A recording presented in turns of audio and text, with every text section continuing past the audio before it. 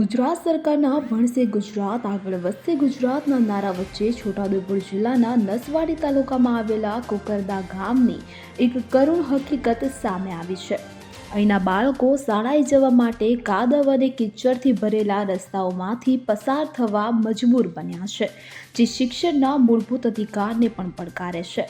કુકરદા ગામમાં પાકા રસ્તાઓનો અભાવ છે અને ચોમાસાની ઋતુમાં વરસાદને કારણે રસ્તાઓ કાદવના ઢીંગણા બની જાય છે।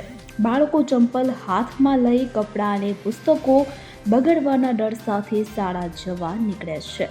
ઘણી વખત આવી મુશ્કેલ પરિસ્થિતિને કારણે તેઓ શાળાએ પહોંચી શકતા નથી, કે જેની સીધી અસર તેમના શિક્ષણ પર પડે છે।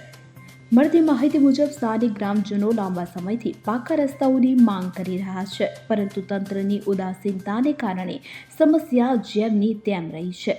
સોશિયલ મીડિયા પર વાયરલ થયેલા વિડીયોમાં બાળકોની આ દયનીય સ્થિતિ સ્પષ્ટ દેખાય છે, જે રાજ્યની વિકાસની ગાથાને પડકારે છે। કુકરદા ગામની આ સમસ્યા એ માત્ર એક ગામની વાત નથી, પરંતુ ગુજરાતના ઘણા આદિવાસી અને ગ્રામીણ વિસ્તારોમાં રસ્તાઓ અને મૂળભૂત સુવિધાઓની અછત છે।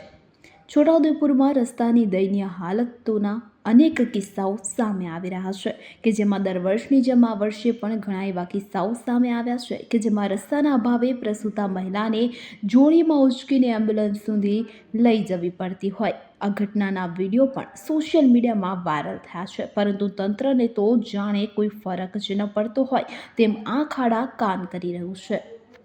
Bureau report CN24 news. હવે જુઓ દેશ દુનિયાની તમામ ખબરો તમારી આંગળીના ટેરવે। ઉઠાવો મોબાઈલ અને ગૂગલ પ્લે સ્ટોર પરથી ડાઉનલોડ કરો અમારી CN24 ન્યૂઝ મોબાઈલ એપ।